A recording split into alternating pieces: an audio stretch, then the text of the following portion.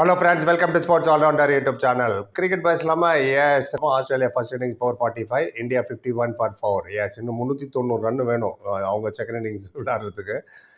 3 நாளில் 135 over lost. Yes, மழைனால only 134 overs தான் போட முடிஞ்சுது இந்த 3 நாளில். அண்ட் இந்த ப்ரிவியூலே நான் சொன்னேன், Brisbane Gabba wicket, expect short pitch bouncers நிறையா வரும். You have to play lot of pull shot பண்ணணும், ஸ்கொயர் கட் பண்ணணும், ஸ்கொயர் ட்ரைவ் பண்ண வேண்டியிருக்கும், ஹுக் ஷாட் பண்ண வேண்டியிருக்கும். இன்னும் ட்ரெடிஷ்னல் ஷாட்ஸு ஸ்ட்ரெயிட் ட்ரைவ்லாம் வராது, ஏன்னா ஷார்ட் பிச் பவுன்சர்லாம் வரும். ஜாகிரதையாக இருங்க, பத்திரமா இருங்கன்னு நான் சொன்னதை இவங்க கேட்டாங்களா இல்லையோ, ஸ்மித் அண்ட் டிராவர்ஸ் ஹெட்டு கேட்டுச்சு. ஆமாம், Travis Head 152, Smith 101, Alex Carey 70. Yes, அடிச்சு கொடுத்துட்டாங்க ஸ்கோர் 445 தான் பேட் பண்ணி பார்ப்போன்னு. அப்வியஸ்லி பும்ரா 6 விக்கெட், ஜாக்கு விக்கெட் கிடைக்கல, 23 overs 0 for 95. நான் ஒரு விஷயம் சொல்ல விரும்பிக்கிறேன், நிறைய பேர் கேட்டிங்க இதை பற்றி. இந்த ஸ்பின்னர் எதுக்கு பொதுவாக விளையாட வைக்கிறாங்கன்னா, இந்த பிச்சில் ஒன்றும் வேலைக்கு ஆகாது ஸ்பின், எனக்கு தெரியும். ஏன் விளையாட வைக்கிறாங்கன்னா, ஒரு நாளைக்கு நீங்கள் 90 ஓவர் போடணும் 6 மணி நேரத்தில். That means 15 over per hour. இல்லைன்னா உங்களோட பாயிண்ட்ஸ் எல்லாம் கட் ஆகும். ஃபைனான்ஷியல் இது ஒரு பக்கம் இருக்கட்டும், world test championship points cut ஆகும். ஸோ அது கட் ஆகக்கூடாதுனால மோஸ்ட்லி ஒரு ஸ்பின்னர் விளையாடுவாங்க. ஒரு ஸ்பின்னர் இருக்கும்போது 2.5 நிமிஷம் 3 நிமிஷத்தில் ஒரு ஓவர் போட்டு முடிச்சிடலாம். ஃபாஸ்ட் பாலர் என்ன தான் நீங்கள் ஷார்ட் ரன் அந்த ரன் எடுத்தாலும் 4.5 நிமிஷம் ஆகும். 80 ஓவர் தான் போட முடியும். அது ஒரு reason why spinners are normally played in a test match.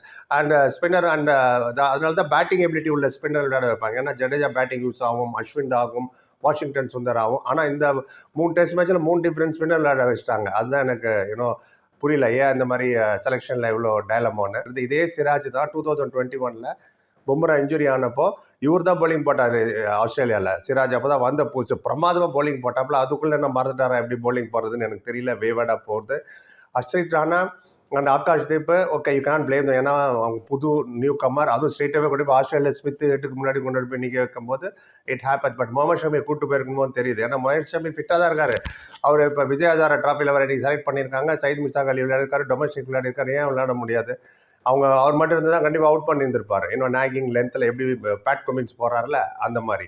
முதலேருந்து நான் சொல்லிட்டு இருக்கேன், Rohit Sharma should open, number 6 வேலைக்கே ஆகாது. புது பால் அடிச்சுக்கிச்சாருன்னா 4-5 ஓவரில் bowlers will be on back foot. இப்போ எடுத்தோடனே 20 for 3, 18 for 2 அந்த மாதிரி வரும்போது bowlers will dominate. And number 6 வரும்போது எதிர் it should be wicket keeper, இல்லைனா போலிங் ஆல்ரவுண்டராக இருக்கணும். ஹார்திக் பாண்டியா மாதிரி அந்த கேலிபர் உள்ளவங்க. அது இல்லைன்னும் போது ரோஹித் சர்மா பழைய பால் வர்றது கஷ்டம். He needs new ball to set. பார்ப்போம். Anyway is on the crease. என்ன ஜஷ்வால் எப்படி அவுட் ஆகிறாரு பாருங்க. Jaiswal, I mean the manner he got out, very good player தான். பட் மிச்சல் ஸ்டார்க்கை பற்றி ஏதோ ஒரு கமெண்ட் ஒன்று பாஸ் பண்ணார் 4-5 நாள் முன்னாடி.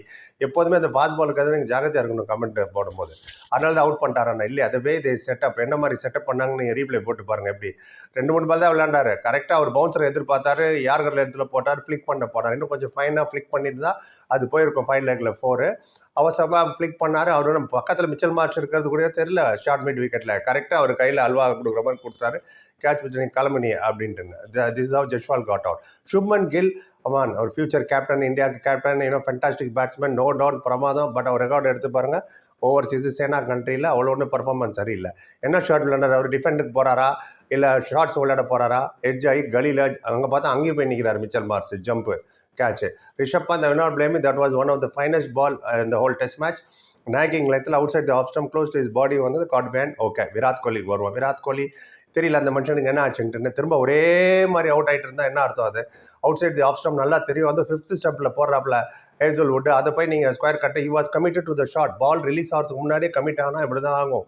குட் பேட்ஸ்மேன்லாம் நீங்கள் பாருங்கள், they will take time. Ball release ஆனதுக்கப்புறம் தான் தே வில் டிசைட் லெக்கில் விளையாடுமா ஆஃபில் விளையாடுமா. அதுக்கு முன்னாடி ஹி வாஸ் கமிட்டட், ஃப்ரண்ட் ஃபுட்டில் போயிட்டாரு.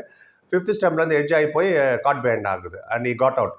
ஐ மீன் சேட் டு சி இந்த மாதிரி கண்டினியூஸாக அவுட் ஆகுறது. அண்ட் மோர் ஓவர் இப்போ பாருங்களேன், இப்போ இந்தியாவோட பர்ஃபார்மன்ஸ் ரொம்ப கம்மியாகிட்டே போகுது. இப்போ ரீசெண்டாக ஸ்ரீலங்கா எதிராக ஒயிட் பாலில் தோற்றோம் series. White ball 1 day series உங்களுக்கு தெரியும். டெஸ்ட் மேட்ச் நியூசிலாண்டுக்கு இந்தியாவில் 3-0 தோற்றுட்டோம். First time 3-0 clean sweep. இதில் 146 ஆல் அவுட்டு பெங்களூரில். Last test match 146 run chase பண்ண முடியல. டெஸ்ட் மேட்ச்சில் இன் மும்பை 25 ரனில் தோற்றுட்டோம். 120 தான் எடுக்க முடிஞ்சது. என்ன காரணம்? இது எல்லாமே அலசி ஆராய்ச்சி பார்த்தா ஒரே ஒரு காரணம் தான் எனக்கு தெரியுது. புதுசாக வந்தது கௌதம் கம்பீர் மட்டும்தான் கோச்சா. ராகுல் டிராவிட் இருந்த வரைக்கும் அந்த செட்டப்பு, அந்த ஹாப்பினஸ் எல்லாமே நிறையா இருந்தது. இதில் ஏதோ மிஸ்ஸிங் மாதிரி தெரியுது. ஒரு உதாரணம் ஒன்று சொல்கிறேன். பேடி ஆப்டன் ஒருத்தர் இருந்தார். அவர் வந்து மென்டல் கண்டிஷனிங் கோச். அவர் ஆக்சுவலாக இந்த பேடி ஆப்டன் இருக்கார்ல, அவர் ஒரு சவுத் ஆஃப்ரிக்கன். அவர் வந்து மென்டல் கண்டிஷனிங் கோச் அவர். எஸ், இது அவர் எதுக்கு இங்கே எடுத்துன்னு வரேன்னு கேட்பீங்க. இப்போ நம்ம பையன் ஜெயிச்சாப்ல குகேஷ் செஸ் சாம்பியன்ஷிப்பு சிங்கப்பூரில், அதில் இவர் தான் மென்டல் கண்டிஷனிங் கோச் அந்த குகேஷ்க்கு. அதனால் என்னம்பிங்க, இதே பேடி ஆப்டன் தான் இந்தியா 2011 வேர்ல்ட் கப் ஜெயிக்கும் போது தோனி கேப்டன்சியில் இவர் தான் இந்தியாவோட மென்டல் கண்டிஷனிங் கோச். அது மட்டும் இல்லை, டெஸ்ட் சாம்பியன்ஷிப்பில் ஒரு வாட்டி டாப்பில் இருந்தோம் நம்ம, அப்போது இவர் தான் மென்டல் கண்டிஷனிங் கோச். அது மட்டும் இல்லை, ஒலிம்பிக் நடந்ததில் அதில் இந்தியா பிரான்ஸ் ஜெயிச்சுது, அதுலேயும் மென்டல் கண்டிஷனிங் கோச் இவர் தான். ஸோ அந்த அளவுக்கு இவங்க ஃபைன் டியூனிங் பண்ணுறவர். ஸோ இந்த குகேஷ்ன்ற பையனுக்கும் இவர் தான் மென்டல் கண்டிஷனிங் கோச். ஃபர்ஸ்ட் அவர் ஹெசிடேட் பண்ணாரா 18 வயசு பையனுக்கு நான் சொல்லி என்ன ஆகும் ஏதாகும்னு. குகேஷ் தான் இன்சிஸ்ட் பண்ணியிருக்காங்களா, ஐ நீட் ஹிம்னு. அவர் வந்ததுக்கப்புறம் பாருங்கள் ஹிஸ்ட்ரி, இந்த பையன் ஜெயிச்சது இல்லாமல் ஃபஸ்ட்டு போய் அவரை கட்டிப்பிடிச்சி வாஸ் ஆன் டிஎஸ் ஆனந்த கண்ணு ரொம்ப அழகாக இருந்தது அந்த பேடி ஆப்டன். அவர் மென்டல் கண்டிஷனிங் கோச் எவ்வளோ இம்பார்ட்டன்ட் தெரியும். இவ்வளோ ஏன் சொல்கிறேன்னா, அவர் ஒரு புக்கு எழுதியிருக்காரு, ஆட்டோபயோகிராஃபி பேர் ஃபுட் கோச்ன்ற ஒரு புக்கில் அவர் சொல்லியிருக்காரு 4-5 வருஷம் முன்னாடியே, Gautam Gambhir very good batsman, fine batsman, perhaps one of the weakest and mentally most இன்செக்யூர்னு.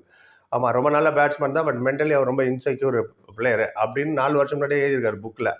ஆமாம், இந்த பேடி ஆப்டன் தான். அவர் தான் இப்போ நம்ம குகேஷ் கோச்சு உலகமே திரும்பி பார்க்குற அளவுக்கு பண்ணிட்டு வந்திருக்காப்புல குகேஷ். ரைட், எதுக்கு சொல்கிறேன்னா, ஒரு கோச்சுன்ற போது எப்படி இருக்கணும், என்னென்ன பண்ணணும், எதுக்காக தான் நான் இந்த விஷயத்த சொல்லணும்னு நினச்சேன். விராட் கோலியோட ரேஷ் ஷாட் ஆகட்டும், இன்னும் கேன் வில்லியம்ஸ்லாம் இல்லை, அவர் ஒரு 100 அடிச்சார் இன்னைக்கு இங்கிலாந்துக்கு எதிராக. Travels head 100, Smith 100, Joe route எப்போ ஒன்று வச்சுருவார் 100. ஸோ இந்த மாதிரி இருக்கும்போது அந்த ஃபேப் 4ல் நம்ம கோலி மட்டும் தான் இப்போ ஸ்ட்ரகிள் ஆகிட்டு இருக்காரு.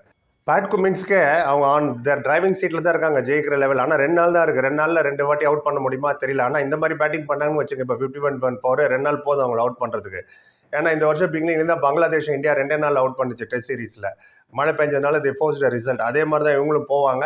Australia 90% they play on your confidence. உங்களோட மென்டல் ஸ்ட்ரென்த்தோட தான் அவங்களோட மோஸ்ட்லி கடந்த 30 வருஷம் 35 வருஷமாக நான் பார்க்குற கிரிக்கெட்டில். ஏன்னா psychologically they will make you down and the technique and tactics இதெல்லாம் ஒரு வாரமாக வைங்க. See the body language, highlights போட்டு பாருங்கள், 2 டீமோட பாடி லாங்குவேஜ், அவங்க பாடி லாங்குவேஜ், ஒவ்வொரு விக்கெட்டுக்கும் என்ன அழகாக பயங்கரமாக செலிப்ரேட் பண்ணுறாங்க. அது ஆட்டோமேட்டிக்கலாக ப்ரெஷரில் வருவாங்க newcomers, new பேட்ஸ்மேன்லாம்.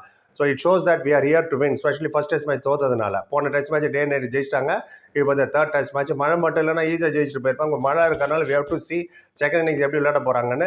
Bad Cummins criticism வந்தது, ஏன் நீ ஏர்லியராக டிக்ளேர் பண்ணலன்னு Australian media. Right, Mohammed Shami மட்டும் இருந்து தான் மேபி டிராவல்ஸ் ஹெட் இவங்களாம் அவுட் ஆயிருந்திருப்பாங்க. டிராவல்ஸ் ஹெட் அவ்வளோ நேரம் விளையாட விட்டுருக்க மாட்டாங்க. டிராவல்ஸ் ஹெட், ஸ்டீவ் ஸ்மித்லாம் fag end of the tournament career. Sorry, இப்போ ஒன்றும் டைம் போல். அடுத்த 4th டெஸ்ட் மேட்ச்சு இதில் தான் மெல்பர்னில், பாக்ஸிங் டே டெஸ்ட் மேட்ச், கிறிஸ்மஸ்க்கு மறுநாள் 10 நாள் இருக்குது. இப்போ கூட அவரை கூப்பிட்டுக்கலாம். ஐ டோன்ட் நோ, கூப்பிட்றேன்னா கூப்பிடுங்க Mohammed Shami, let him bowl. ஏன்னா இந்த ஆகாஷ் தீப் இவங்களாம் சின்ன பசங்க, they can handle the pressure. Siraj வேவிட போகிறாரு. எனிவே இதுதான் நான் பார்த்த வரைக்கும். நீங்கள் என்ன நினைக்கிறீங்க இதை பற்றி? இந்தியா டெஸ்ட் மேட்ச் எங்கே எந்த பக்கம் போகுது, என்ன பண்ணோம், you let me know. Mitchell ஸ்டார்க்கு சொல்லி வச்சு தூங்கினார் பாருங்க கில்லி மாதிரி, என்னையா நீ சொல்கிற அப்படின்னு. ஃபாஸ்ட் பால் ரெண்டு மட்டும் வச்சு கூட நல்ல பவுன்சர் இதெல்லாம் போடல அவர். பவுன்சர் எதிர்பார்க்கும் போது கீழே குட் லென்த் பால் போகிறாரு, ஃப்ளிக் ஆகி ஸ்ட்ரைட்டாக போய் கேட்ச் அவுட் ஆகிட்டு வந்துட்டீங்க. School bye cricket that is. Anyway, give me ஒரு வேல்யூபிள் கமெண்ட். பரிமாற்ற நன்றி. Thank you so much. சந்திக்கிறேன். நன்றி, வணக்கம்.